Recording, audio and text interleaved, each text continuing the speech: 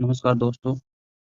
कल हमने सी टीम नया जोड़ा गया मादक पदार्थों का दुरुपयोग ड्रग्स एब्यूज को हमने पढ़ा था।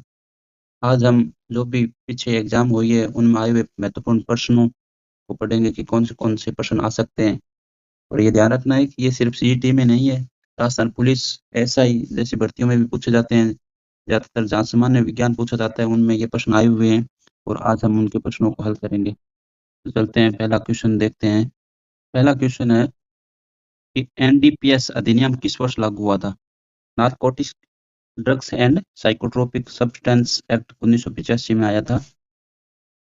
ये अधिनियम अवैध खेती, उत्पादन, निर्माण, खरीद, बिक्री, तस्करी और अवैध सेवन को रोकने के लिए बनाया गया था। तो अगला क्वेश्चन देखते हैं। अगला क्वेश्चन है नारकोटिक्स कंट्रोल ब्यूरो यानी एनसीबी की स्थापना कब हुई? तो हमने पढ़ा है ना पिछले क्वेश्चन में कि एनडीपीएस अधिनियम लागू हुआ था 1985 में। तो उसके बाद इसका अधिनियम तो बन गया, इसको क्रियान्वयन करने के लिए एक पोस्ट बनाई गई थी जो एनसीबी के नाम से जानी जाती है। उन एनडीपीएस एक्ट 1985 आया था ना, उसको क्रियान्वयन करने के लिए एनसीबी का गठन किया गया था। तो इसका कार्यकाल नई दिल्ली में है और वो 1986 में हुई थी इसकी स्थापना। अगला क्वेश्चन है कि अफीम किस पौधे से प्राप्त की जाती है? अफीम किस पौधे से प्राप्त की जाती है? तो ये है पेपेवर सेमनीफेरम। पेपेवर सेमनीफेरम पौधे का नाम है जिससे अफीम तैयार की जाती है। और कैनाबिस सटिवा, इससे भांग, गांजा, चरस प्राप्त की जाती है। धतूरा एक विषैला पदार्थ होता है। और सिनकोना, ये इससे कुनैन प्राप्त की जाती है। अगला क्वेश्चन है कि मार्फिम किससे प्राप्त की जाती है? तो ये अफीम से प्राप्त की जाती है। तंबाकू में तो निकोटीन पाया जाता है और भांग में एक टीएचसी पाया जाता है और चाय में कैफीन पाई जाती है। तंबाकू में पाए जाने वाला रसायन कौन सा है? तंबाकू में आपको बताया था ना, निकोटीन पाया जाता है। टीएचसी, ये कल हमने पढ़ा था कि टीएचसी क्या है। मार्फिन अफीम से प्राप्त की जाती है। एथेनॉल, जो शराब होती है ना, उसमें एथेनॉल पाया जाता है। अगला क्वेश्चन है कि शराब का प्रमुख नशीला घटक कौन सा है? तो ये है एथेनॉल, जो हम पीछे पढ़ चुके हैं। अगला क्वेश्चन है गांजा, भांग, चरस किस पौधे से प्राप्त की जाती है? गांजा, भांग, चरस ये भी मैं बता चुका हूँ कि ये पाया जाता है कैनाबिस स्टीवा। कैनाबिस स्टीवा पौधा होता है, उससे प्राप्त की जाती है। जबकि पेपेवर सेमनीफेर से, जिससे अफीम प्राप्त की जाती है। और सिनकोना से कुनैन प्राप्त की जाती है। नीम से औषधि बनती है। कैनाबिस का प्रमुख सक्रिय पदार्थ कौन सा है? कैनाबिस में प्रमुख सक्रिय पदार्थ कौन सा है? ये है टीएचसी। टीएचसी का मतलब हुआ कि टेट्राहाइड्रोकेनाबिनोल। टेट्राहाइड्रोकेनाबिनोल होता है जो कैनाबिस में सक्रिय तत्व होता है। अगला क्वेश्चन है एलएसडी का पूरा नाम क्या है? ये है लाइसर्जिक अम्ल डाइएथेनामाइड। लाइसर्जिक अम्ल डाइएथेनामाइड। अगला है एलएसडी किस प्रकार का मादक पदार्थ है?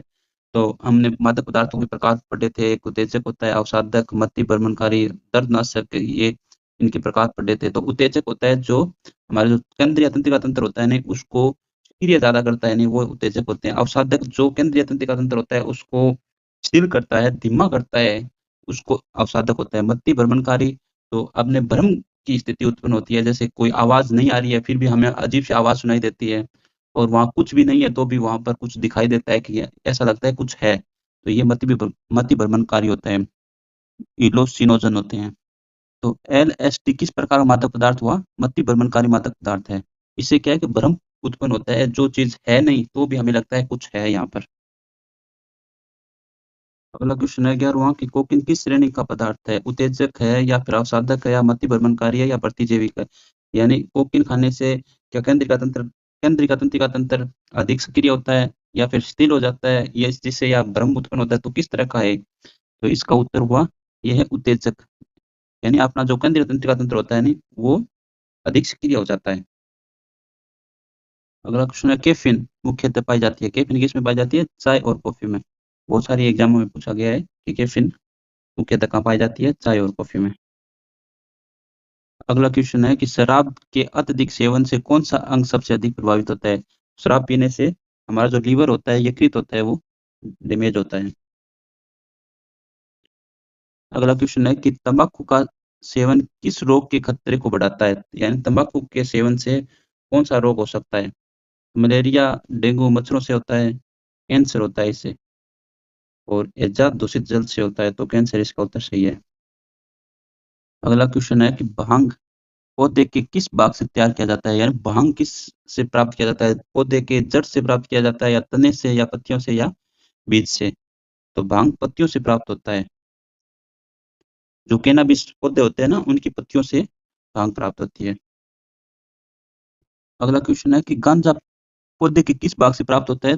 तो पत्तियों से तो हमने पढ़ा है कि पत्तियों से भांग तैयार होती है।